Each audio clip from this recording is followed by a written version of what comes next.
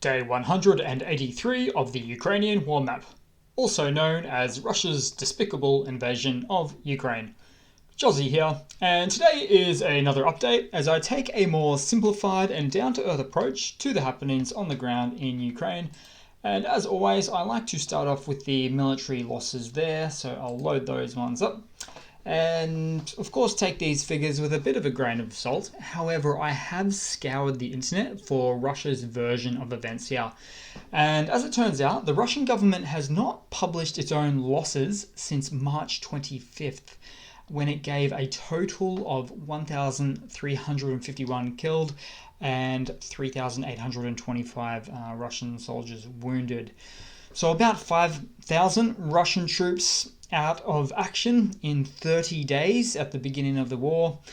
The reason why Russia stopped providing or does not provide these figures is because they say wartime casualties are a state secret in Russia, and revealing them is punishable by up to 7 years in prison. But if we are to use Russia's probably very deflated figure of 5,000 out of action troops and extrapolate that figure, assuming similar losses for the next following 6 months, we are looking at a figure of about 30,000 Russian troops out of action because of this war. And this doesn't even include all of the Donbass fighters from the two regions there. And of course, it is a state secret for Russia to not tell their own citizens, because if their citizens knew the daily climbing Russian troop losses, the Russian public sentiment, and any country's public sentiment for that matter, and support for an invasion like this one would fizzle out pretty quickly indeed. But having a look at, let's say, Russian losses, 45,850 infantry there. And let's have a quick peek at the military hardware losses there as well on the Russian side. So 2 armoured combat vehicles and a whopping 5 tanks. It's quite a big deal there. A few helicopters, I'll show you one soon, and 1 artillery unit there as well. So let's jump back across to the map and take a bit of a peek here. So now there's been a bit of a change in pace for Russia in the past 24 hours, it seems. Ukraine was expecting heavy shelling and missile attacks from Russia on their Independence Day, particularly expected in Kyiv, the capital there. But what happened instead, more so, was Russian missile and rocket attacks in more western Ukraine regions, like Melnytsky, or in the Melnytsky Oblast. Some facilities exploded there, in the Poltava Oblast, and so on. So a little bit more, let's say, inland, or let's say to the west side, not as close to the Donbass region or the typical north and south Russian offensives as you'd normally expect. Speaking of the north side there, we'll have a look at Chernihiv. A Russian all-round drone was shot down near Chernihiv there, but I don't have a great deal of information on that one there. Then we move across to Kharkiv, where continued shelling in some of the Kharkiv districts occurred there too. When we move down to the Donbass, Ukraine destroyed another Russian attack helicopter here. So Ukrainian Air Force has reported that they destroyed a Ka-52 Alligator helicopter overnight. Ukraine's military also reportedly shot down 4 Orlan 10 UAVs over the past 24 hours as well. Same sort of thing happened the previous day. Not exactly the same numbers, but similar numbers there. And Russia seems to be using helicopters a little bit too close to the front line. The Russian Ka-52 Alligator chopper, of which is both a reconnaissance and an attack helicopter. Interestingly, there's been at least 2 or 3 more instances of Alligator takedowns by the Ukrainian forces in the last week or so. Ukraine has quite the collection of manpads now, which are man-portable air defense systems designed to take down enemy aircraft. So that certainly has something to do with these Russian takedowns of these aircraft there, like these choppers. Now we'll take a bit of a closer look at the vertical or the front line in the Donbass, which is semi-vertical there. And Russia did make some minor land advances, but this was closer to 48 hours ago now. There hasn't been a specific update on this map with regards to movements, but you can see in the previous reporting period to now, there's a little bit of movement there. Now, it was just land as opposed to strategic cities like Bakhmut or Seversk or Kramatorsk up in sort of the northeastern quadrant there, and so on. So let's move across to the Dnipro-Petrovsk Oblast there. It's kind of hard to see sometimes, but it's around this location here above Zaporizhia, or the Zaporizhia Oblast, where Russian missile strikes at a Chaplin railway station, taking out passenger rail cars. Not supply trains. So if I was just to put in the Chaplin location there in the map and wait for that to load, that happened right there. In fact, if you zoom in to this part of the map, you'll see that we have railway line there. So perhaps Russia started to take a book out of starting to take a page out of Ukrainians' book regarding taking or doing what they can to take supply lines out and train lines and things of that nature there. Also in the Dnipro-Petrovsk Oblast, here is a photo of a 15-meter wide rocket impact crater in a wheat field. Now, this is just nearby as well there. So that is quite the explosion there.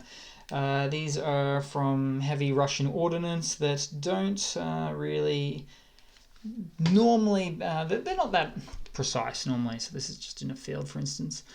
Okay, so let's see. We'll move across to now Zaporizhia on the front line a bit around there. There it is, Heliopol, and photos of destruction in Heliopol after shelling last night. This is actually quite close to the front line there.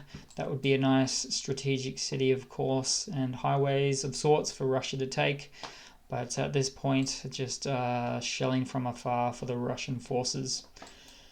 We'll move across to Kherson, where we've got a bit of a video here, of HIMARS rocket launches into enemy-occupied territory at the Kherson invaders, so the Kherson Oblast invaders here as well. Reports suggest that the Ukrainians continued to hit the supply lines near the North Dam Bridge. So that's in the Nova Kakhovka area here. There's the dam, there's the bridge. Which Russia would love to get get operational again, so they can move their vehicles, tanks, all sorts of things, supplies to the northern bank Russian offensive here. But the HIMARS keep it coming and keep bringing down Russian supply lines. So it might be an exercise in futility, this North Bank. There's just not a lot of gains made on the Russian side to date for quite some time, in fact now, weeks at least. We'll move across just briefly to Crimea, where normally there is no shortage of news there. So at the moment there's no specific newer news out of the Crimean Peninsula, though Ukraine genuinely appears to have Russia on the defense here, causing Russia to need to place some very expensive surface-to-air missile systems, Russian ones, here to protect Russian military installations. Of course, in the last couple of weeks, Ukraine took out multiple Russian military installations like supply depots, airfields, MiGs and Sukhoi, Russian fighters, all sorts of things there indeed. Move across briefly to, here we go, Mykolaiv. So there was a forest fire near Mykolaiv as a result of Russian shelling. Given the weather and the summer season over there, this would start to be more expected. I'll pull up the fire map there and we'll take a peek. So I don't actually have the information as to where this is, don't know yet, but we'll switch that off and on. Maybe maybe near the front line there. That's pretty red and dark. In the middle or to the northern west side there. But what started out as a shell turned into a wildfire. So that's satellite. This is satellite technology designed to not really be designed for war, but really only for wildfires and tracking their locations to put them out. But they do, this satellite technology does have a sort of a good implementation for looking at boots on the ground, so to speak. Now I'll move across to a bit of news. So UK PM Boris Johnson has visited Ukraine for the third time since the Russian invasion began on the 24th of February. Johnson announced a £54 million military aid package for Ukraine, including unmanned air systems and anti-tank loitering munitions. So in other words, a combination of larger and smaller drones, you could say there. And to top that off, the United States Department of Defense, so the DoD, has announced its 20th military aid package officially for Ukraine, valued at $2.98 billion. The package includes 6 NASAMS air defense systems, 300,000 plus rounds of artillery and mortar ammunition, up to 24 counter-artillery radars. So these things are designed to track enemy artillery positions. Unmanned aerial systems, so effectively drones again. Counter-enemy drone systems, so to shoot down Russian drones. And laser-guided rocket systems, so really high precision, high accuracy rockets of sorts there. Now, let's see, so just probably a bit of a funny to round this one off, a bit of a shorter day there. There wasn't as much news on the map as we expected. My understanding or belief is that Russia was expecting Ukraine to be prepared for a barrage of rockets, missiles, shells, mortars, you name it. They've got it. They were going to send it. But Ukraine was quite in a defensive standpoint for Independence Day yesterday and last night. So that didn't end up really happening. So kind of like I said earlier, a bit of a change of pace for Russia. Probably not going as hardcore, as intensive as it could have gone. And let's see, so that's right, so we're going to round it off with a bit of a funny now. So this is just a quick video of the Independence Day parade in Kyiv.